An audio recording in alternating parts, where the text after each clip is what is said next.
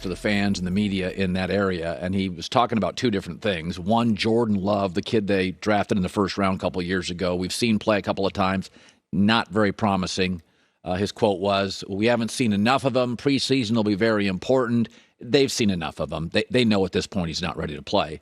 If he was, they would have moved off Aaron Rodgers. We all know that, right? Alex Smith, much better than people have ever given him credit for. They moved off in Kansas City because they knew Patrick Mahomes was great. Like, if the quarterback is great, that's why Jimmy Garoppolo is still around for the Niners, because they have some misgivings about Trey Lance. It doesn't look good. He has struggled. If you draft a quarterback in the first round and move up to draft him, you want to play him as soon as you can because you're not paying him anything, and it allows you to do with, what the Rams did with Jared Goff or the Seahawks did with the young Russell Wilson. You can load your roster up for 2 or 3 years. Joe Burrow in Cincinnati right now. You're not paying him anything. Josh Allen's first couple years in Buffalo. You can go add pieces. It's kind of the secret sauce when you have a young quarterback. Surround Baker Mayfield in Cleveland. Didn't pay him anything. $18 million, not much of a cap hit. You can load him up. Go get Jadeveon Clowney's. Go get Kareem Hunt as a backup quarterback. Go get OBJ. Go get Jarvis Landry.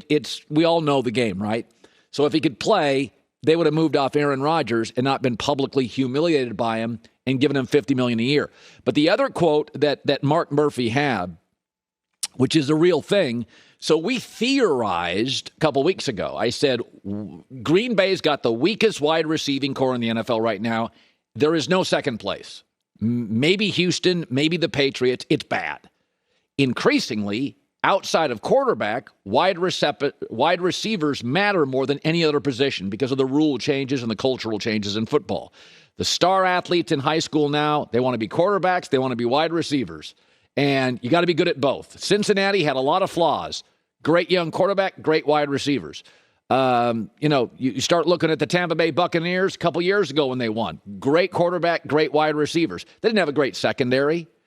They didn't have a great left side of the offensive line necessarily. You got to be great at those places. Green Bay is awful right now at wide receiver and yet is not going after any of the free agent wide receivers, even the cheap ones, even Devontae Parker.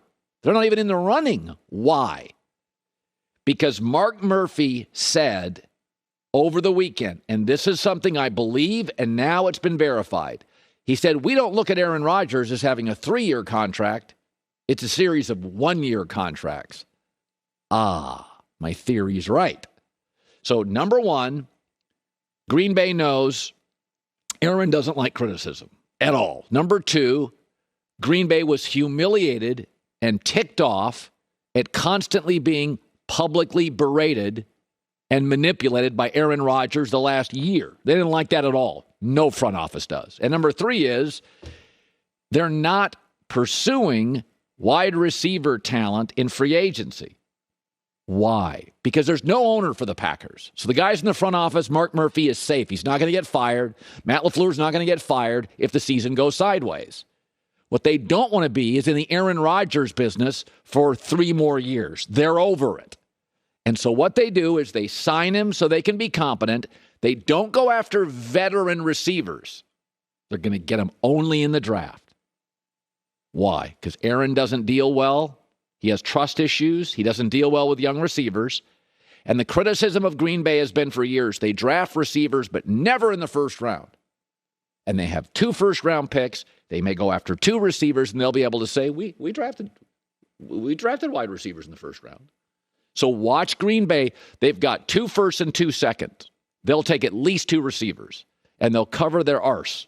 Hey, we went out and got him. The year before, we got Amari Rodgers. We got young receivers.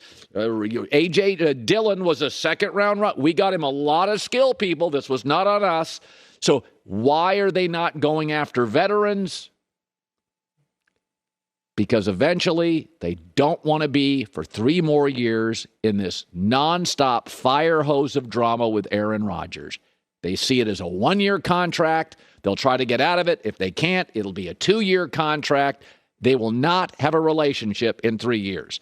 And the difference between this and Russell Wilson was Russell Wilson wanted out of Seattle 3 years ago, but they made some changes for him, and he kept it out of the papers. And Russell Wilson wanted out of Seattle 2 years ago. but he mostly kept it out of the papers, although a list of teams he would go to. And then Russell Wilson really wanted out about 8 months ago, and then he moved out. But he didn't try to publicly humiliate the franchise. He would have been gone a lot sooner had he done that. With Aaron, they're trapped. They are trapped because Jordan Love, although they drafted him and moved up, can't play. They are trapped. And teams don't like to be trapped. But what they don't like even more than being trapped is humiliated publicly. Owners don't like it. Coaches don't like it. GMs don't like it. So Mark Murphy acknowledging. It's not a 3-year deal. It's 3 one-year deals. It's exactly my belief why they're not going after free agents. Listen, when you've been as good as Green Bay has been for, 20 straight years? It's like Michael Jordan and the Bulls. When you win all those championships, you can be crap for a couple of years, right? The people aren't going to cancel their season tickets. So Green Bay has been so good for so long that if they go with Aaron this year and it's disappointing and then they move off him for a year, you can be bad for 2 years till you find your quarterback. You're not going to lose any fans in Green Bay. They have given these fans a 20, 25-year magic carpet ride. But that's a very interesting quote. It's not a 3-year deal. Says the president of the Packers. It's a series of 1-year deals. And by the way, Aaron said I'm 50-50 on retirement. What the Packers are telling you, yeah, we're 50-50 on you. That's what that quote means. Joy with the news.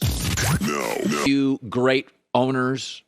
There are very few great front offices and very few great players. We know that. That's empirically true. We all know that. I've been talking about watching Winning Time on HBO. It's based on Jeff Pearlman's amazing book about the purchase of the Lakers by the late Jerry Buss, a maverick, just a unique all-time sports character. And since he has passed, it is not the same organization. They can't even forget hiring coaches. They can't get firing coaches right. Frank Vogel found out he's been fired as the Laker coach through a tweet by an NBA reporter. He was asked about it last night.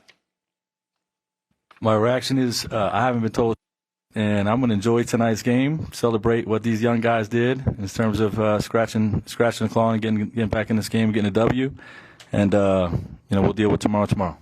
So as a sports fan, sometimes a great owner passes, hands it to kids, it's never the same. And then sometimes an owner is really over his or her skis, and you wish they would go away. They pass, and you benefit from it. And let me give you a couple examples of this. Let's start with the Lakers. This team is not about Frank Vogel. They use 41 different lineups this year. He didn't want Russell Westbrook. He got Russell Westbrook. Stories out this weekend in the LA Times. Westbrook was disrespectful, disingenuous, and a disaster for the Lakers.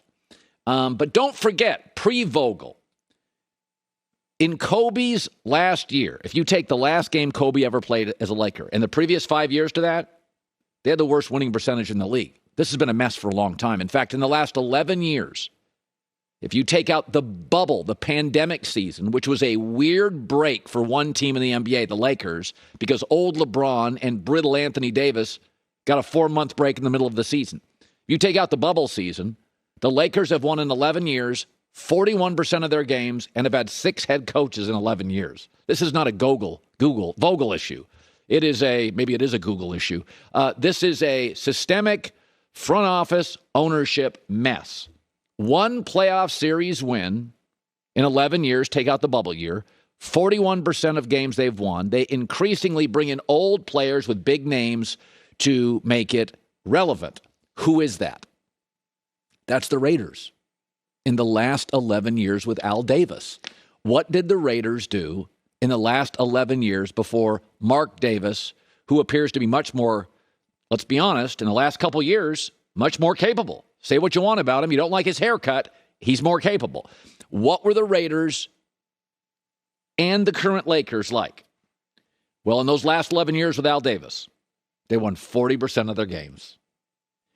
They had a front office, too many friends of Al Davis.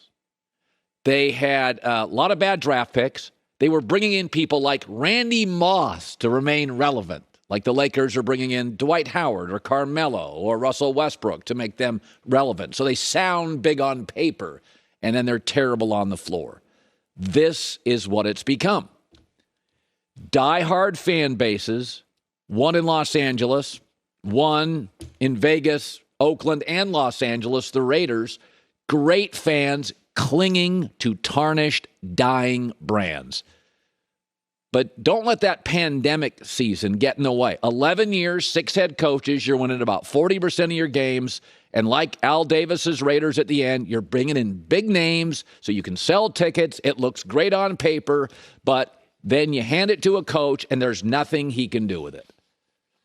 This is not a quick turnaround. As the NFL exploded in revenue, the Raiders never seem to have enough of it. And as the NBA is exploding into a global game, Lakers sort of feel like an outdated local general store. Sad, but that's exactly what the Lakers have become. Forget hiring the next coach. They couldn't even fire Frank Vogel with dignity. So this next story is fascinating. I didn't buy it initially. I thought it was a bunch of rumors and innuendo. It appears to be a real bombshell. So, you know, Tom Brady's the most detailed professional athlete of anybody's life, my life, your life. So when he retired and then unretired, it made no sense. And then Bruce Arians, who never showed any inclination to work upstairs in a cubicle in the front office, was moved upstairs. Ben Volen, Boston Globe, detailing this wild story and what really happened. And we